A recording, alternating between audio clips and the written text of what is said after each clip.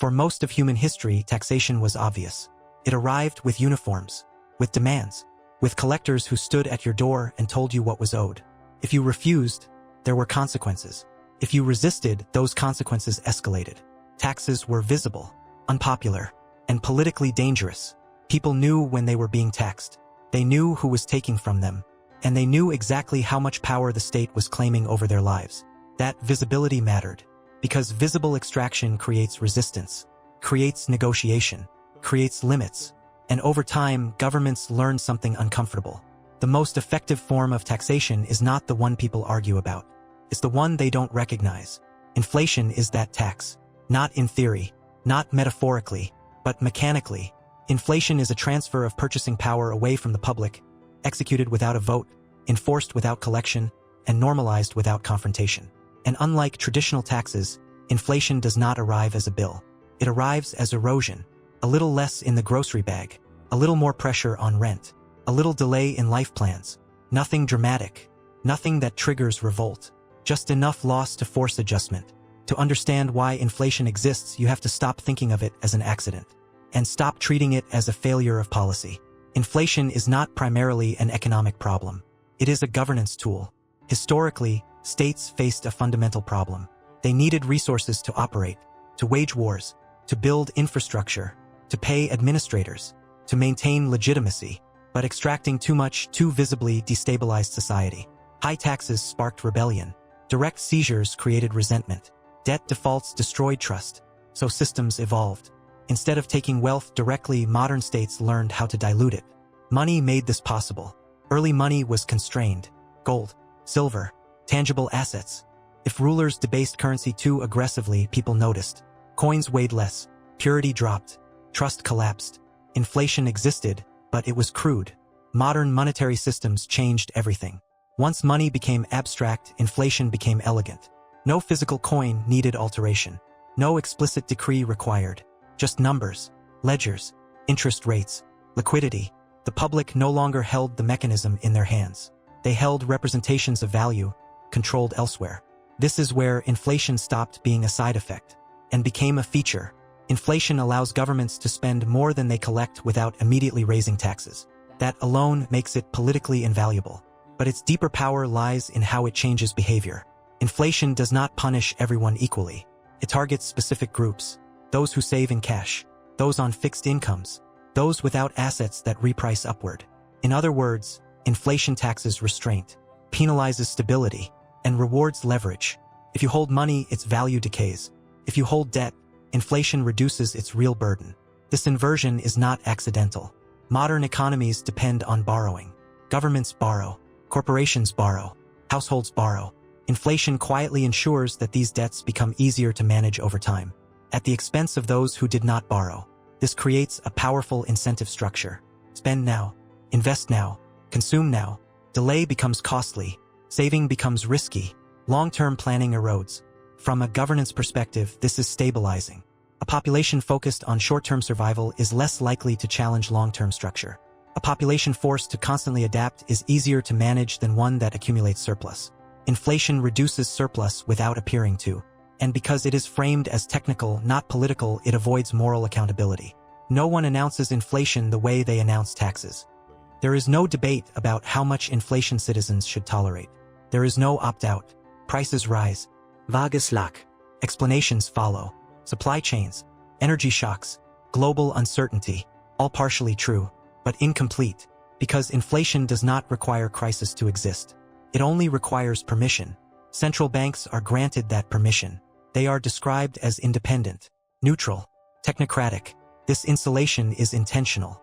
It removes inflation from democratic pressure. If inflation were directly voted on, it would never persist. But when it is framed as a complex macroeconomic necessity, resistance dissolves. People blame prices. They blame companies. They blame themselves. Rarely the mechanism. Inflation works best when it feels impersonal and gradual. A sudden spike creates panic. A slow drift creates adaptation. This is why central banks target moderate inflation. Not zero, not extreme, just enough to keep money moving, just enough to discourage hoarding, just enough to quietly tax anyone standing still.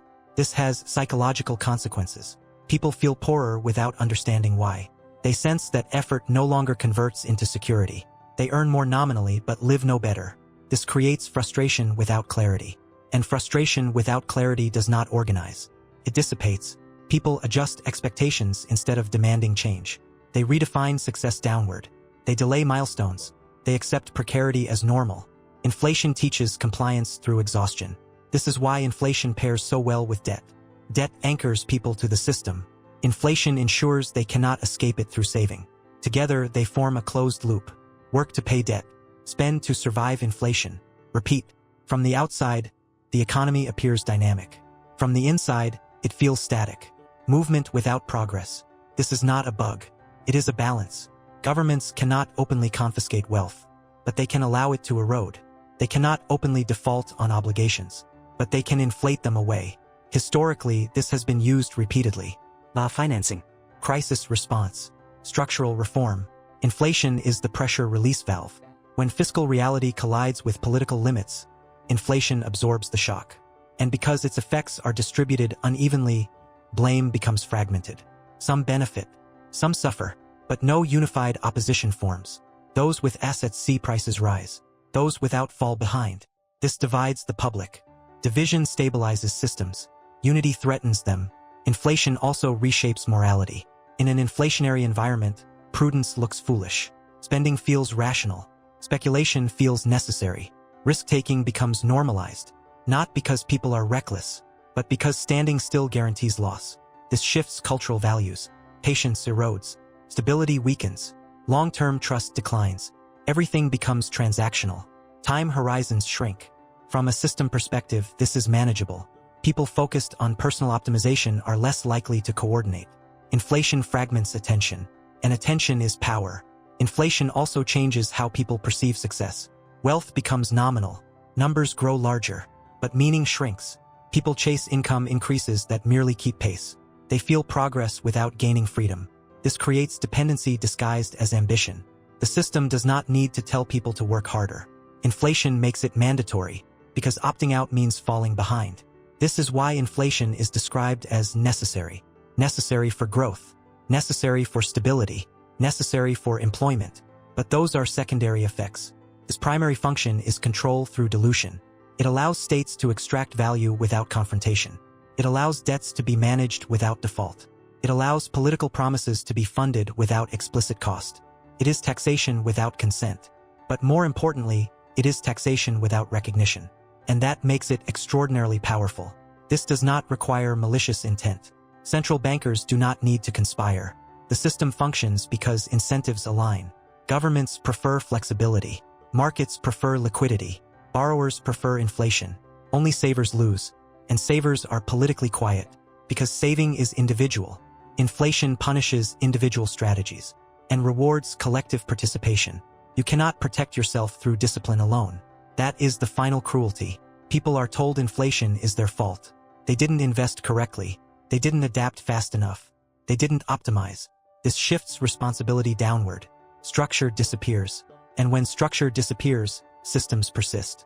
Historically, inflation has ended social contracts without renegotiation. Pensions shrink. Wages stagnate. Promises dissolve.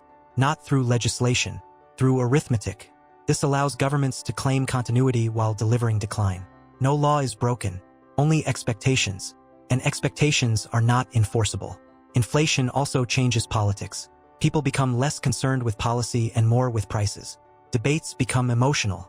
Short-term relief becomes the demand. Structural reform fades, because reform requires surplus, and inflation removes it. This is why inflation is feared by those in power, but also relied upon. Too much destabilizes. Too little empowers. The optimal level keeps people busy, concerned, occupied, never secure enough to exit, never desperate enough to revolt. This balance is not moral. It is mechanical. And once you see it, inflation stops being mysterious. It stops being confusing. It becomes legible. You begin to understand why every crisis seems to end the same way. More money, more liquidity, more erosion. Not because leaders lack imagination, but because inflation is the only solution that does not require political courage. Raising taxes angers voters. Cutting spending angers beneficiaries. Defaulting angers creditors. Inflation angers no one specifically. It spreads pain thinly. And thin pain does not organize. Inflation is not silent because it makes no noise. It is silent because people have been taught not to name it. They feel its effects, but lack the language. Once named, it becomes obvious. Every year your savings buy less. Every year your labor is worth less in real terms. Every year survival requires more effort. And yet you are told the system is working, that growth is strong, that markets are healthy. Those statements can be true and irrelevant because growth without purchasing power is abstraction. Inflation disconnects numbers from experience. It allows prosperity to exist statistically while scarcity grows materially. This gap is where trust dies. Not explosively, gradually. People stop believing institutions protect them, but continue depending on them. That is the final function of inflation. Creates dependency without loyalty, compliance without belief, participation without consent. This is why inflation is not just an economic issue. It is a political one, a psychological one, a historical one. And once you understand it, you stop asking why life feels harder even when societies grow richer. You stop blaming yourself for systemic erosion. You stop mistaking adaptation for progress. Inflation is a tax, not on income, not on wealth, but on time, on patience, on independence. And it is collected every day you are forced to keep moving just to stay in place. History has always shown this pattern, not through ideology, through outcomes. And history is very clear about one thing. Inflation does not happen to people. It is done to systems, and people live inside the result. Nothing in this system is accidental. History already wrote the rules. Subscribe if you want to see them clearly.